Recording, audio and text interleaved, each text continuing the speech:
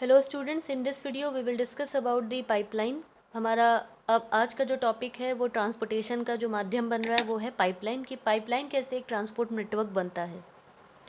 Pipeline transport network is a new arrival on the transportation map of India. अगर अब India में देखते हैं और ट्रांसपोर्टेशन की बात करते हैं तो उसमें एक नया नेटवर्क आया है, वो है pipeline transport. In the past these were use to transport water to the cities and industry. अगर हमसे कोई कॉमन पूछता है कि पाइपलाइन का क्या यूज़ है तो हमारे दिमाग में क्या आएगा? हमारे दिमाग में आएगा कि पाइप का तो काम होता है कि वो वाटर सप्लाई करता है, वाटर एक जगह से दूसरी जगह ट्रांसफ़र करता है। Now these are used for transportating crude oil, petroleum product and natural gases from oil and natural gas field to the refinery. लेकिन अपार्ट फ्रॉम दिस यूज़, इसके अलावा भी पाइपलाइन के और यूजेस हैं। पाइपलाइन का इस्तेमाल किया जाता है ट्रांसपोर्टेटिंग क्रूड ऑयल, जो कच्चा तेल होता है, क्रूड ऑयल होता है, उसको ट्रांसपोर्ट करने के लिए इसका इस्तेमाल किया जाता है। पेट्रोलियम जो प्रोडक्ट्स होते हैं जैसे डीजल, कैरोसिन, उसको ट्रांसफ़र करने के लिए भी इसका यूज़ किया जाता है। नेचुरल गैसेस, उनको भी ट्रांसफ़र करने के लिए इसका इस्तेमाल किया जाता है। From oil and natural gas field to the refinery, मतलब रिफाइनरी तक पहुंचाने के लिए अगर हमें पेट्रोलियम प्रोडक्ट्स हैं, कच्चा तेल है, नेचुरल गैस है, अगर हमें ये जहाँ से मिल रहा है वो रिसोर्स, जहाँ से ये मिल रहा है वो पॉइंट, वहाँ से लेकर अगर हमें इसे फैक्ट्री तक पहुँचाना है या रिफाइनरी तक पहुँचाना है या थर्मल पावर प्लांट्स जो लगे हुए हैं वहाँ तक पहुँचाना है, तो हमारे लिए सोर्स ऑफ ट्रांसपोर्टेशन क्या बनेगा? Pipeline. Solid can also be transportated through a pipeline when converted into slurry.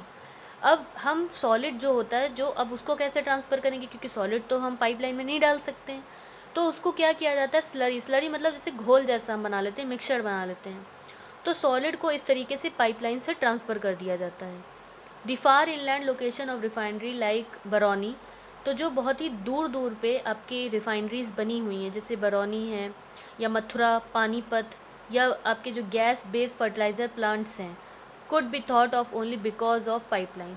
तो जो बहुत ही दूर दूर की लोकेशन पर आपकी रिफाइनरी बनी है, वहाँ पर ये सब पहुँचाने का काम अगर हो पाया है तो बिकॉज ऑफ द पाइपलाइन। साथ ही साथ अगर हम गैस बेस्ड फर्टिलाइज़र प्लांट्स की बात करते हैं, जो फर्टिलाइज़र प्लांट्स लगे हैं, उनको भी क्यों हम आज की तारीख में सोच पा रहे हैं, उनका कंस्ट्रक्शन हो पाया, उनको लगाया जा सका? Because of these pipeline. Initial cost of laying the pipeline is high. पहले तो पाइपलाइंस को अगर हम बात करते हैं इनिशियल कॉस्ट की, मतलब शुरुआत की कॉस्ट की, कि अगर हमें पाइपलाइंस को बिछाना है, लगाना है, तो कॉस्ट शुरुआत में बहुत ज़्यादा हाई हो सकती है, बहुत ज़्यादा, या हम कह सकते हैं इन्वेस्टमेंट बहुत ज़्यादा हाई होगा। But the subsequent running cost are minimal. लेकिन अगर हम उसको रन करने की बात करें लंबे समय के लिए, तो वो मेंटेनेंस की कॉस्ट जो होगी आपकी कम आएगी।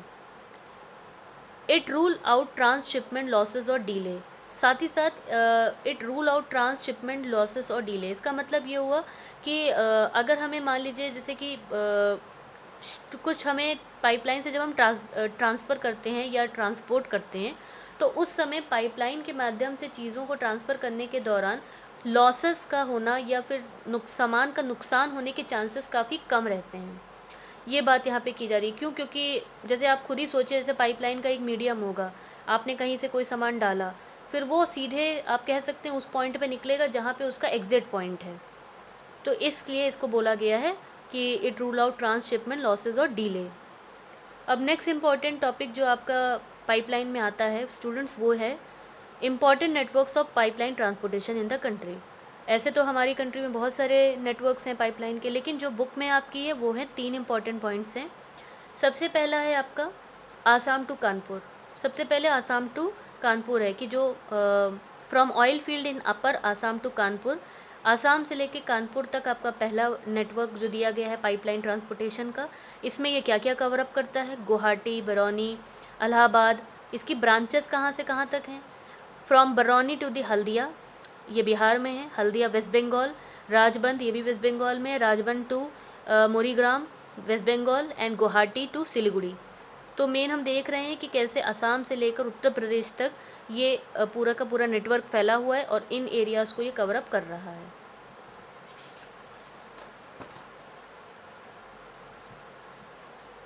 नाउ नेक्स्ट इम्पॉर्टेंट पॉइंट है, जो नेक्स्ट आपका पाइपलाइन का नेटवर्क है, वो है सालिया इन गुजरात टू जलंधर इन पंजाब। मतलब सालिया इन गुजरात से लेकर जलंधर टू पंजाब, मतलब गुजरात से लेकर पंजाब तक, ये दूसरी पाइपलाइन आपकी नेटवर्क है। और ये किन चीज़ों को कवर अप कर चल रही है? विरामग्राम, मथुरा, दिल्ली, सोनीपत।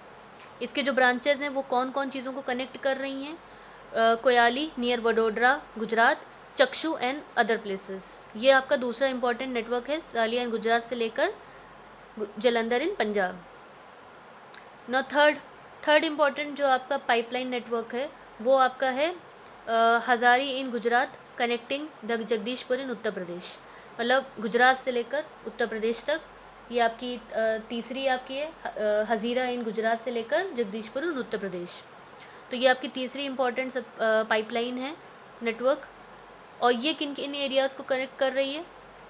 ये कनेक्ट कर रही है Kota in Rajasthan, Shahjahanpur, Babrala and the other places in Uttar Pradesh. तो ये इन एरियाज़ को कवर अप करती हुई पाइपलाइन निकल रही है। तो स्टूडेंट्स आपको ये याद रखना है कि सबसे पहले तो पाइपलाइन की आपको इम्पोर्टेंस याद रखनी है कि हम पाइपलाइन को जब ट्रांसपोर्टेशन की बात करते हैं तो इम्पोर्टेंस की बात कर रहे हैं, तो उसमें हमको ये याद रखना है कि इसका यूज़ हम किस तरह से कर रहे हैं। क्रूड ऑयल को हम ट्रांसपोर्ट कर रहे हैं, पेट्रोलियम को ट्रांसफ़र कर रहे हैं, नेचुरल गैसेस को ट्रांसफ़र कर रहे हैं। और दूसरा इम्पॉर्टेंट ये पॉइंट है कि हम पाइपलाइन की मदद से हम सॉलिड को भी ट्रांसफ़र कर सकते हैं, जब अगर हम उसको स्लरी मिक्सचर या घोल में कन्वर्ट कर दें।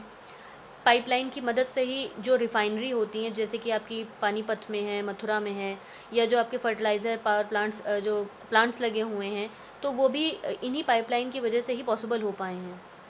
और साथ ही साथ इन पाइपलाइंस का इस्तेमाल करने की वजह से ज़्यादा लॉसेस भी नहीं होते हैं।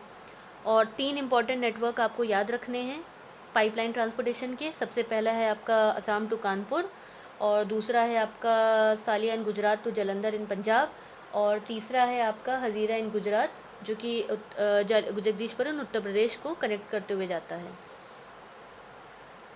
In our next topic we will discuss about the waterways. Thank you.